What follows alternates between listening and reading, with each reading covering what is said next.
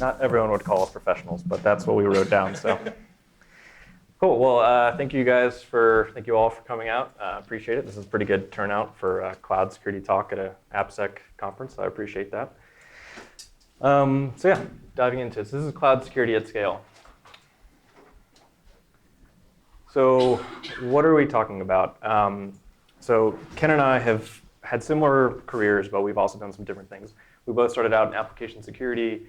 We moved into both blue team and doing more consulting, and then we've gotten more into cloud security the past few years. So we talk about kind of our experiences, war stories, all those things, and we talked about some of the things that we'd seen at different financial companies that we'd worked either with or in, and we realized there was a lot of similarities, and we should put a talk together about that and kind of share our experiences, our wins, our losses, all those kinds of things. That's what started this talk. Oops. So, as I said, I'm a AppSec and cloud security consultant. So, I spend most of my time working with clients and trying to help them solve their issues. I've done AppSec for a long time, but now moved more into cloud security the past few years. I've worked with small startup companies with very small cloud footprint, and also some pretty large financials that are pushing the edges of what you can do in AWS. So I've seen kind of both sides of things. And then on my side of the fence, I started out in consulting and then went sort of staff security for a long time and doing the blue team thing. And this is sort of what my life looked like for a really long time. I spent, I took some of that consulting experience, ran a security program. And so while Mike was saying, our experiences have differed, we've run into a lot of the same challenges, handled them a little bit differently, and had a different perspective on each of them. So hopefully we can take you through some of those. Yeah, so we already covered that. So we structured the talk in kind of three pieces. So as I talked about, we worked with different financials over time. So we took three examples of companies we worked with, and they're not all, this isn't necessarily all real companies, but it's experiences from different places. So we set up a few different stories, and yes, these are Simpsons references if you don't get that. The stories are real. The names have been changed to, but yeah, we're bringing our experience and trying to see what this looks like in the real world. Yeah, and what's interesting is all three are in different places in their cloud journey. They're also slightly different companies, but they're all financials, so they all deal with a lot of the same issues, but at different scales and they're at different places in the process. So some of the themes that we saw across all these companies was complexity. That might seem pretty straightforward, but complexity, we had that issue on-prem, and now we're moving to the cloud where everything moves much faster. And so complexity happens very quickly when you're trying to move into the cloud. And so that was true in small companies and large companies, but it was much worse in large companies. All three had a foot in both worlds, as in they had on-prem infrastructure. They were not, they weren't born in the cloud, so they had on-prem infrastructure. They're still maintaining a lot of their business ran off on-prem infrastructure, and they're trying to adapt security to the cloud. Most of them had a pretty mature on-prem security presence, but now they have to adapt that to the cloud. So to start things off, Barts Banking. So this was a company or is a company, they didn't go under or anything, that they had been in the cloud for 5+ years, which in cloud terms is a very long time. They started before AWS was anything like it is now. And they have a very large infrastructure. So, hundreds to thousands of applications, hundreds of AWS accounts, tons and tons of workloads. And so they're kind of the bleeding edge of doing cloud or in a financial. And so thinking about what cloud maturity looks like for pretty much any company, I kind of think of it as a few different things. So everyone is probably familiar with the OODA loop, but it's the whole idea of being able to get your bearings and then making decisions and then acting on those decisions. So a lot of companies struggle with even the basics with these kinds of things. So if you have thousands of apps, hundreds of accounts, are you even able to know what's out there? Are you able to observe what's going on? Then can you, orient and figure out who owns what, how to fix something, and then actually act and do it? So this is an example of a company who over many years was able to do that. That was kind of the maturity that they built over time through a lot of hard work. It wasn't anything simple, but that was kind of a sign of maturity that I saw, was that even though this is relatively basic, this isn't machine learning security, this isn't AI fixing security, this is a level of maturity that we didn't see everywhere else. But that's because they had years of experience doing this. So getting to complexity. So in the beginning, they had a pretty simple set of workloads in the cloud. What we all know is kind of the 3-tier web applications. Nothing too crazy, using a few different AWS services.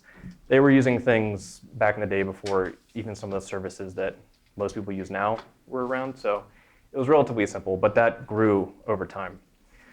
So in the middle, more and more moved to the cloud, more apps, more accounts, more users. Things got more complex. So using more and more services, and you can see the interconnectivity. And then where things are today, not to say it's a total train wreck, but if you looked at it, you wouldn't necessarily know, what's going on. It's hard to reason about what the infrastructure looks like. And so this is, the chief architect of the cloud. And the thing I like to say is, at every big company, there's probably 1 or 2 people in a basement somewhere who actually know how everything works. Everyone else just has to go to them and ask questions. And they look like him because they're driven crazy by how complex everything is. So yeah, complexity is my word of the day, because it makes operations more difficult. It makes deployment more difficult, but it especially makes security more difficult, because if you don't know how things work, if you don't know how 2 networks are talking, if you don't know what access someone has, how do you work through and secure those things? So that's a huge issue when you get into the cloud, because it's easy. You can spin up a new account in 15 minutes and have that talking to your production VPCs in 20 minutes. So how do you do authentication and authorization at scale when you're doing so much in the cloud? Another issue is on-prem to cloud access. This company, Barts Banking, they were cloud-centric, so everything was being built in the cloud, but they still had on-prem they had to deal with. They weren't going to move Oracle servers from on-prem into the cloud, so that stuff still existed there. And so they still had to work with the restrictions and issues with on-prem infrastructure talking to the cloud. And that leads to an issue of data ingress. How do you track all of the places that data comes from? Because that's where, especially if you work in finances, you're going to have PII, you might have credit card numbers, you might have social security numbers, GDPR, all those kinds of things. How do you track where those things come from? And so I think something that people who haven't worked a lot in the cloud, especially at big companies, don't really realize is there are service limits on everything on AWS. And so on the bottom left, you'll see those are the service limits on IAM for the cloud. And you would think, who would ever need more than 1,500 policies for IAM in the cloud? But I know customers who have asked AWS to raise all of these and are still hitting them. And that's what happens over time is people don't go into the cloud with a lot of structure or planning, and things just sprawl like crazy. So meanwhile, security, I'm a security person, so I don't mean to be insulting, but I don't feel like we knocked on-prem security out of the park before we started moving on to the cloud. So we're now struggling to still I'll just keep letting this play.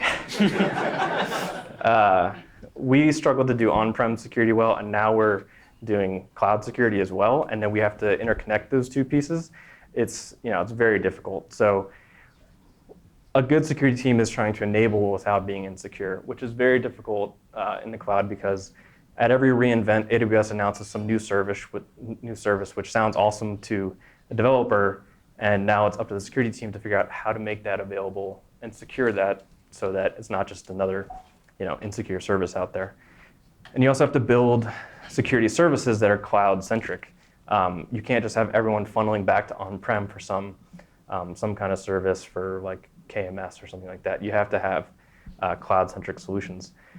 At the same time, our job is a huge amount of putting out fires and plugging holes, and that's, now the holes are cloud scale instead of just on-prem, and now people have access to create security groups with port 22 open to the world versus, changing firewall rules, which was done by a small team generally. So, what are some of the things that, I dealt with while we were there, while my company was there? So, a few different things. So, controlling data ingress, that was a big one. Kind of going back to the beginning, it's not about some crazy, super technical way of solving these issues. It's fundamentals a lot of times. So understanding where your data is coming from, understanding the sources of it, and really locking that down and creating pipelines and patterns for how you get that data into your accounts. And that goes to file transfer too, is the same thing. Building standardized ways of doing this really helped, and then publishing it and making it available for everyone to use. And then tackling PCI. It's like people's least favorite thing to deal with, but a lot of people, especially in financials, have to be PCI compliant. And there actually are some good opportunities in the cloud to tackle that, because you can do things like microsegmentation very easily, because everything is ephemeral, everything is virtual. So a new account costs you nothing. Setting up dedicated networking and routes for PCI is very straightforward. So, and I sort of touched on this, but a word on data scientists. Are there any data scientists in the room? Two people were brave enough to say yes. So let me say, I have a lot of respect for data scientists. They do amazing things. I'm not going to say that I understand everything about machine learning or can do all those things. But from a security perspective, I'm sorry. I don't mean to hate on anyone, but my experience was, you have this huge formal security team who's trying to secure the data in the cloud, secure your infrastructure, do all these things, and then you have a data science team who's like, all right, I'm going to spin up an AWS account. I'm going to pipe all of our PII data over there so I can run some Python scripts, because doing everything through the official process is way too hard. So apologies, but just my experience. So Michael Jordan, visionary. He was way ahead of the curve in basketball, but he also knew quite a bit about cloud security. So yeah, part of that quote is cut off. It was about cloud. So what are the keys to basketball, and what are the keys to cloud security? It is about the fundamentals. That's true about every piece of security. It doesn't matter if it's network or application or cloud security. But I think the basics are what people miss, because they're focused on more interesting and cutting edge type of solutions. But it's really, if you can inventory what you have in the cloud, if you can detect the drift that's going on based on your baseline, alert on that, and then remediate it quickly, you're way ahead of the curve compared to most places. And I think the cloud allows people to do things very quickly and at huge scale. And that's a problem in the sense of trying to keep the pace up with what people are doing so quickly. But it also gives us, as security people, the ability to scale our solutions very quickly too, and react very quickly. So I think it's a huge opportunity for us. Yeah, so thanks. So I think to summarize, what Mike has been saying is, regulated financial services can really be a cloud hell for a variety of reasons. And if you're pouring gasoline on a fire, then it can look just like that. It's challenging. You're handcuffed by things like compliance and regulation and an aversion to change. And, in finance, money matters. It's people's livelihoods. There's a lot of liability and lawyers involved. There's a big misunderstanding of cloud in general and how to move correctly, and it's changing all the time. So my perspective is really from being inside of one of those organizations for an extended period of time and sort of shedding some light on that and how we handled it. So this name to protect the innocent is Lisa's Lending.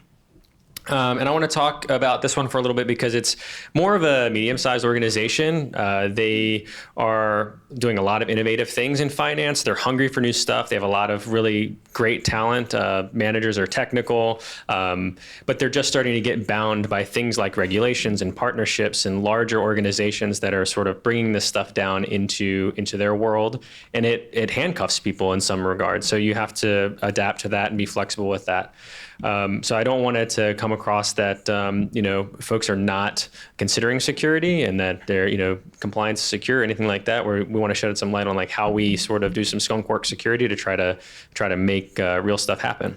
So as Mike mentioned, I want to get into some of the major things that we faced being internal to that. The major one is not moving.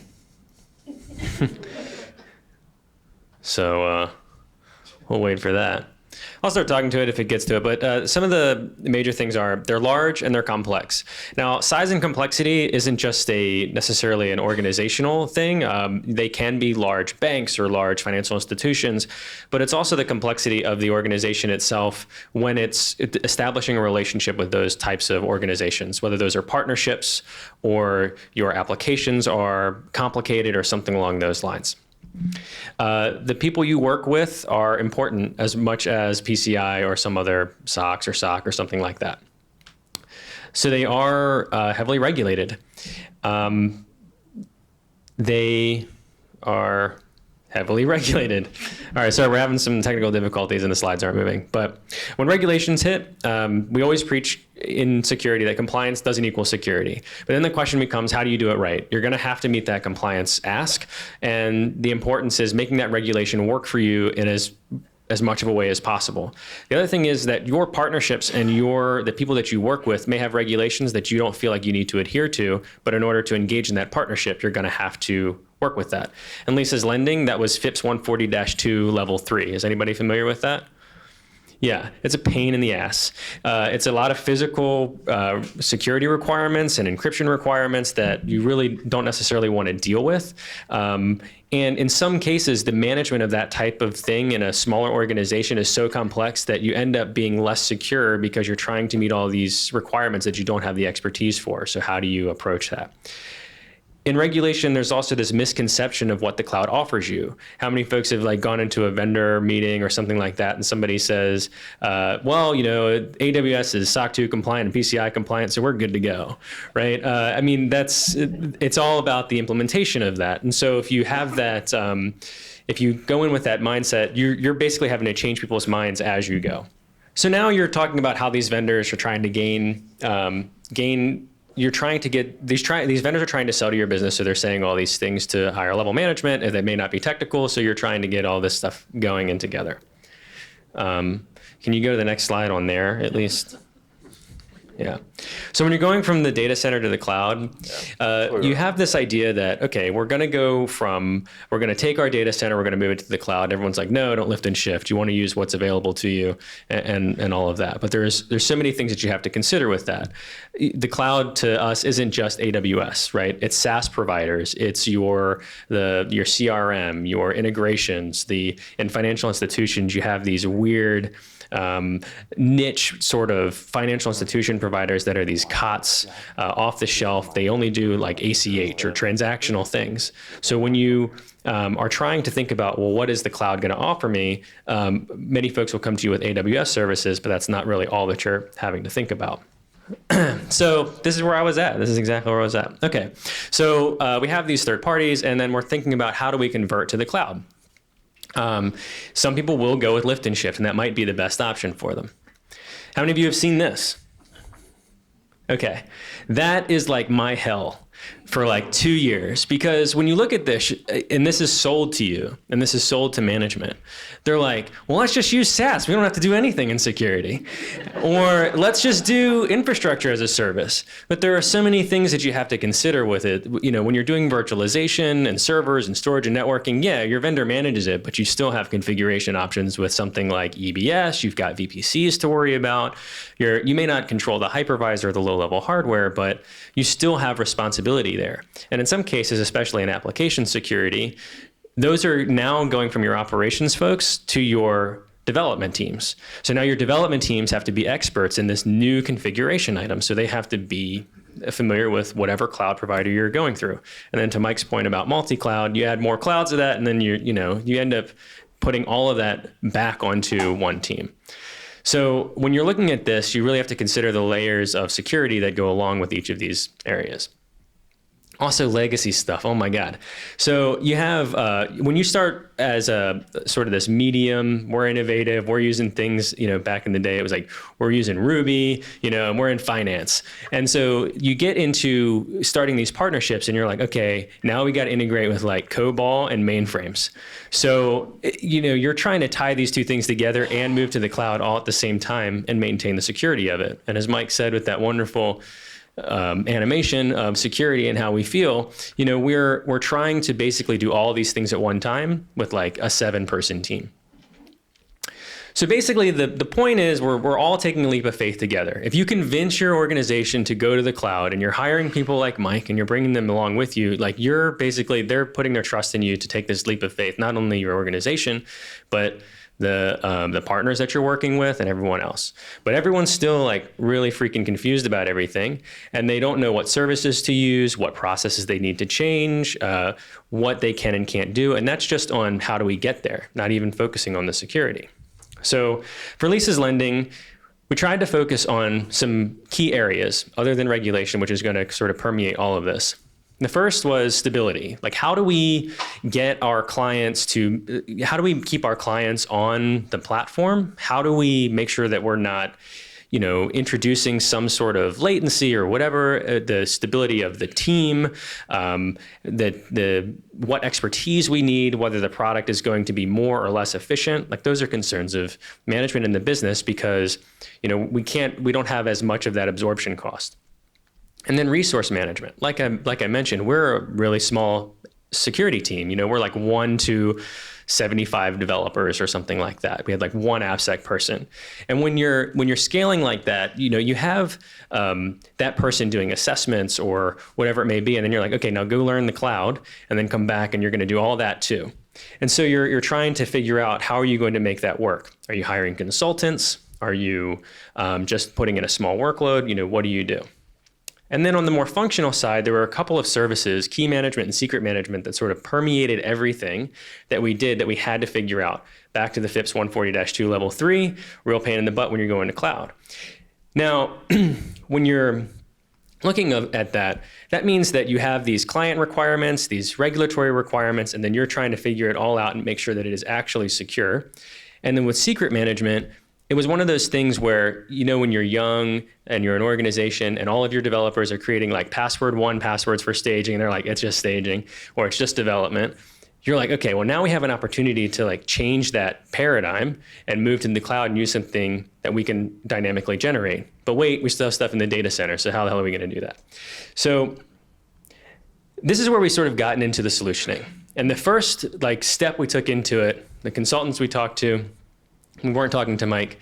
He wouldn't recommend this. But they were like, well, AWS has Cloud HSM. Just use that. They've got KMS. Just use that. They have IAM. Just use that. And we're like, but we still have things in the data center that aren't going to move, at least in the next year or 2 years, that we have to think about. So how are we going to leverage these AWS services?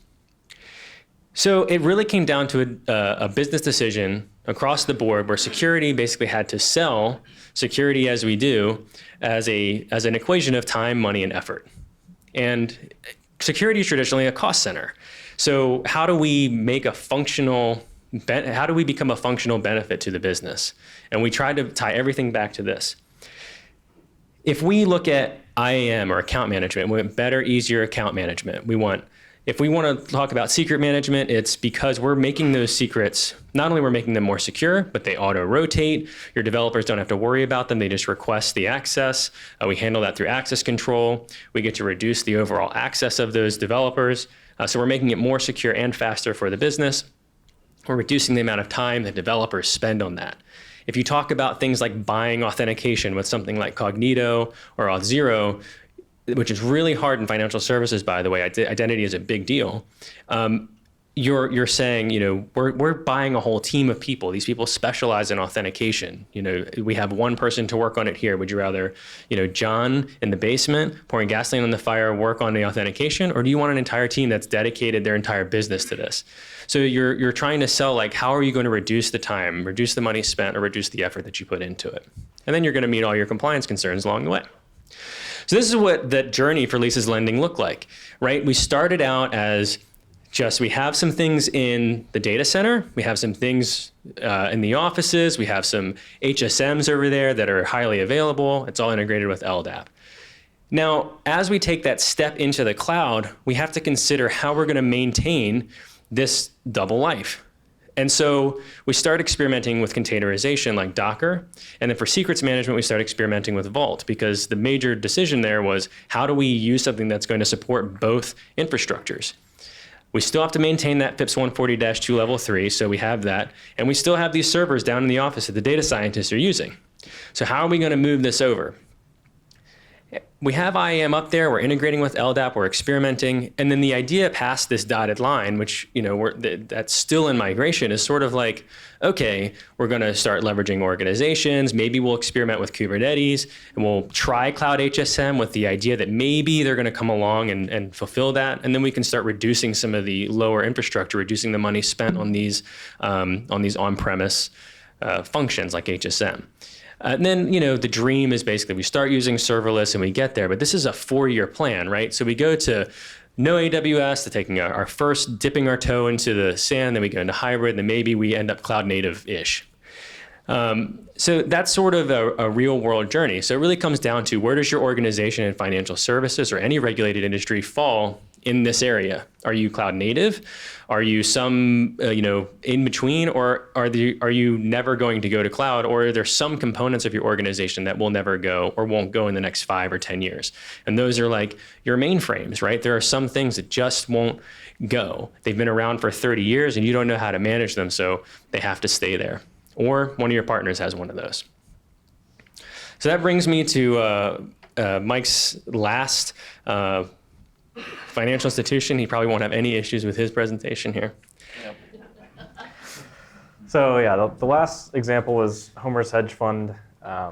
So if we go back to the first two, so Barts Banking, they were atypical, huge financial who over many years moved into the cloud, learned a lot of hard lessons, and have kind of come out of it the other side in pretty good shape. With still issues, but in pretty good shape. Leases Lending did more of an iterative move towards the cloud, did things pretty structured in a pretty sane way. Now we have Homer's hedge fund. As you'd assume from Homer, not the best way of doing something. So, the GIF died. So 3 years in the cloud, but it's not a strategic decision to move to the cloud yet. They're ramping up their apps, but it's not like with Barts Banking where it was just, let's move everything into the cloud. The tools and the skills are still building. Developers aren't used to what the cloud means for them, much less security understanding what the cloud means. And so the services, the skills, and the tools are all still kind of coming along. And at the same time, they're moving into multi-cloud. So now they have on-prem and then multiple clouds they have to secure, and SaaS, as Ken talked about before. So, oops.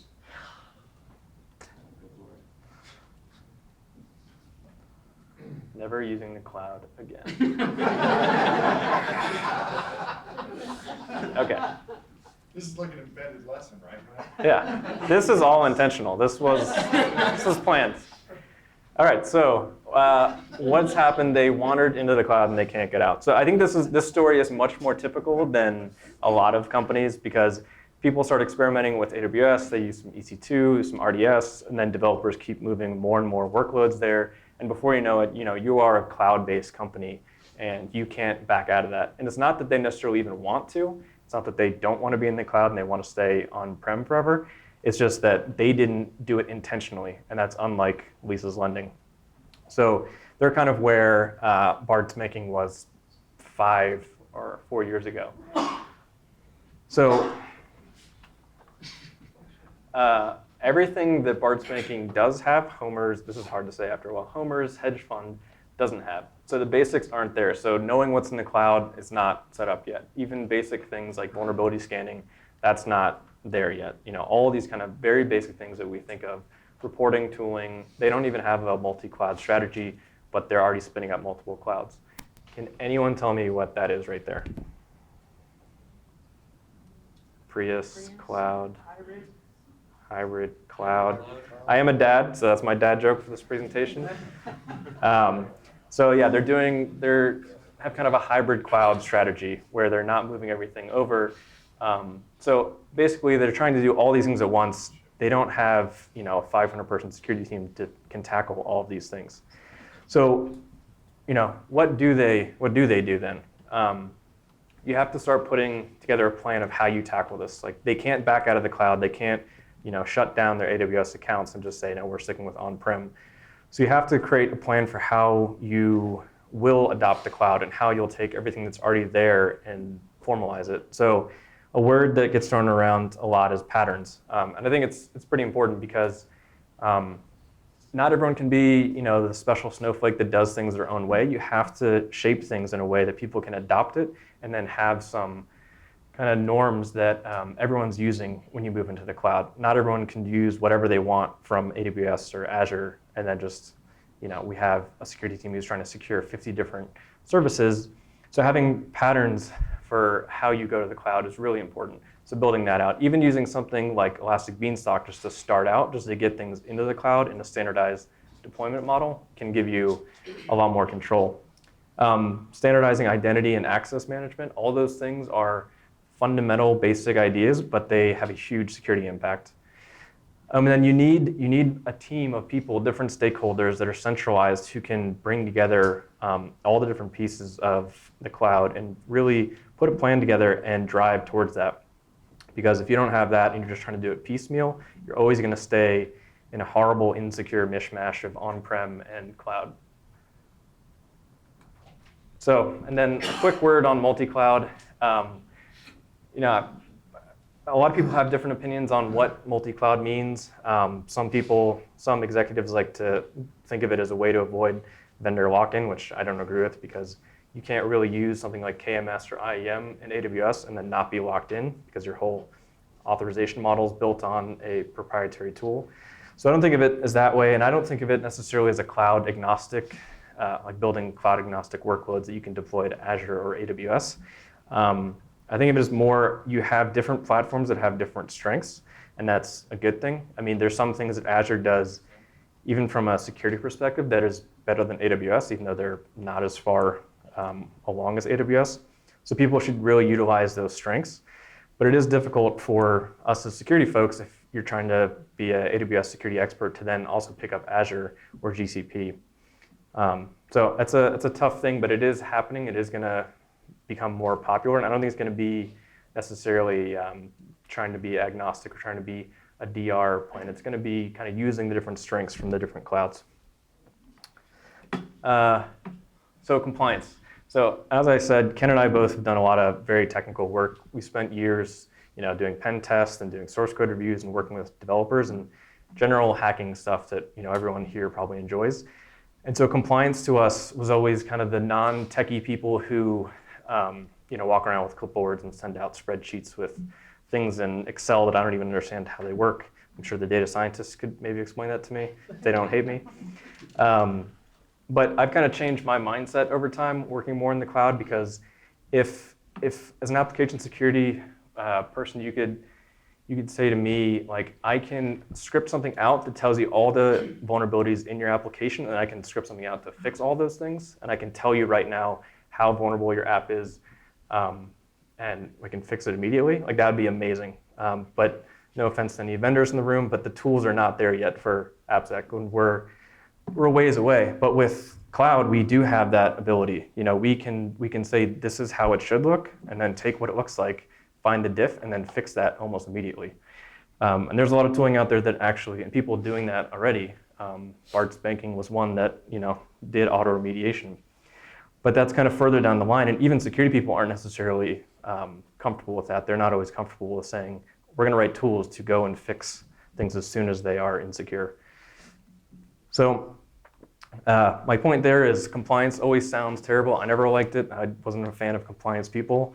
Maybe I'm still not, but I think it's hugely important, especially in the cloud, to think about security and compliance as one thing and that it's kind of a partnership.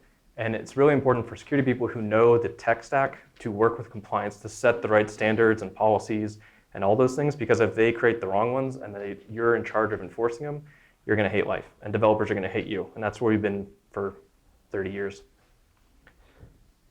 So what to do? Talked about a lot of different problems, but how can you approach these things and try to fix it? So everything is about scale and complexity when it comes to the cloud. So standardizing on how you do things. Patterns is a big piece. Defining secure ways of doing what developers need to do. If that's how they use EC2 or Lambda, that's what you have to do. You have to create ways for them to do things, to deploy code out, to use services in a secure manner, make that into documentation, and then make that widely available. Don't go in after the fact and tell them that it's wrong. Tell them up front how to do those things, and then turn all that into pipelines and scripts and CloudFormation templates for people to do that and just adopt. And that goes into automation. Everything in the cloud can be automated. There's no reason for anyone to go into the console and start clicking on things. Everything can be automated, and Ken will talk about that a little bit. And cloud is a people and organization problem, not a tech problem in my mind. The tech is secondary to everything else because cloud cuts across all aspects of the company. And kind of like what I said before, I think it's a huge security opportunity because unlike AppSec, where we have to read code and we have some tooling that can dig into the code, in the cloud we have an API that's very rich and tells us what's there and what's insecure and how we can fix it very quickly. So I think the kind of lessons we learned across all the different companies we have worked with is cloud security is hard at any scale. Even if you have 10 EC2s and you're just a startup and you have one app out there, it's hard to do. So you need to plan early and adapt that plan as often as things change. Every reinvent, you're going to have to adapt your security plan because you now have a new security or a new service you have to start using and make secure. And then just be comfortable with the fact that it's going to be complex no matter what. You can't use the cloud in a simple way and really adapt it. And just be comfortable with those risk trade-offs. So we've had a lot of years we're trying to pack into this talk. So and I think we can just talk a little bit about what are some of the things that you can do today, or at least prepare for today, and what are some of the things that we can work with? So I do want to go through a semi-pseudo technical example just to show sort of one of the things that we did work with, and that is identity and access management. I think it's one of the first things you hear about you want to do in AWS. So how do we use IAM? I think that if we break it down into that iterative approach that we talked about for leases lending, you have three ways to think about it. Your traditional manual review, you have your compliance auditor, they're coming in, turning that into automation, and then making that a managed, tested process for access and management review. So in the traditional, you sort of review a process in place. Somebody comes with you with one of these and they say, all right, Relatnik has server access, DB read, DB write, and the dev manager has read and write. And so they give you that spreadsheet and you say, all right, I'm going to go fill this out. I'm going to tell you whether this is correct or not as your manager, and then, go away. Now for AWS to migrate to that, they give you a lot of tools like the summary manager. For IAM, you can see where a particular policy is used, whether it's in a particular role or group, and you can start to work with those compliance auditors and your teams to have that manual process, but you have to adopt the AWS mindset and start using the AWS best practice. And then once you understand how it all works, you can start to look at automating that. So when we move to the automation phase, we start to think about infrastructure as code, and it's more than a buzzword in this case. It there's a sort of an upfront cost if you're not familiar with something like Terraform or CloudFormation that you have to invest in order for that to even begin to work. So you have to get development teams to buy into this, or your DevOps team, if they haven't already, to buy into whatever you're using. And for Lisa's Lending, as an example, you're using Terraform because you have to manage something hybrid. So you can't use CloudFormation in that particular case because it's not going to support your virtualization platform. So once you get through scripting that out, the management of that becomes essentially a code review. I want to add these two users to this particular resource. That becomes a pull request, and now that pull request is your access review. And that brings us to how that sort of looks inside of that summary manager, so you can still give your auditors that view, that grid view, but on the back end, you're going through that approval process through whatever your change management or something like that. So that's where it becomes managed and testable. So once you are at the point where your development teams are essentially creating pull requests, and those pull requests or changes are going through a change management process, you are satisfying an auditor requirement and you're not faking it, right? You're able to leverage some of the effort that you're used to put into that and making compliance work for you as opposed to the other way around. And once you're at that point where you're doing that all through change management, you can start to remove access from people that have that console access and start to treat everything through Terraform. So what we are trying to get to in Lisa's Lending is we don't want anyone with console access. We have a few users that we're going to have with console access, and everyone else is going to handle things through change management. And we got to a level of that. So you start leveraging things like organizations, and then when people want to experiment, you want a developer account, you can use something like STS roles to treat that user as going into their own sandbox account and having particular access in that way. You start to funnel that access through a ticketing process, and then things become part of your process, and there's a check at every point there. Mike had brought up this tool that I think he had used where to take it to the next level, you can start writing tests for that, and then even doing some linting on the back end so that as you're writing it, your developers know what's changing. All of this allows you to make some powerful statements, especially in financial services, to auditors and to your teams and to your partners and to your management. You can say things like all access is controlled by our change management process and goes through a code peer review, and that's how we handle access. And you can't really argue with that, and your evidence comes along with it. You can say things like no one or only a few people have console access to AWS, and all those changes are made with Terraform or CloudFormation. It's like hugely powerful to say to an auditor. Sometimes they don't understand what you're saying, but it works out. And then the last thing is changes are validated through standard test automation. If you can test access controls, I mean, that is if you can just generate a report on the fly because you know that your process is good, again, going back to Mike's point of patterns, and that's an amazing place to be in and what you're trying to strive for. And if you are trying to think about it in this way, you don't have to be fully cloud native to take advantage of some of that stuff. And so now we're going to get into some key tooling and guidelines that we sort of worked through in this, just to sort of wrap everything up. The first is infrastructure as code. It helps as much as it hurts. I think that getting to the point where you're writing everything as infrastructure as code is like a really big lift because you think you're doing it and there's a lot to learn and it's constantly changing. But when you start using that and you get into that rhythm, your change management stuff, your auditing, all that becomes so much easier, and it does go back into that equation of reducing the overall effort. The second thing is find a champion project to use. Back to that equation, when you're talking about, when we go with the HSM example or the secret management example, it's like you find something to latch onto that's going to benefit your security team and use that as a win for a functional or compliance benefit as well. Security comes first to you, and it should really kind of get to the next level with everyone else. And the last thing is try to predict the future a little bit. Back to the whatever, pick your time movie. However you want to look at this, you want to think about how will my on-prem solution get me to the cloud. If that's where you want to be, you have to consider things like we were talking about with Vault or the HSM to be a hand in both worlds and to support both worlds.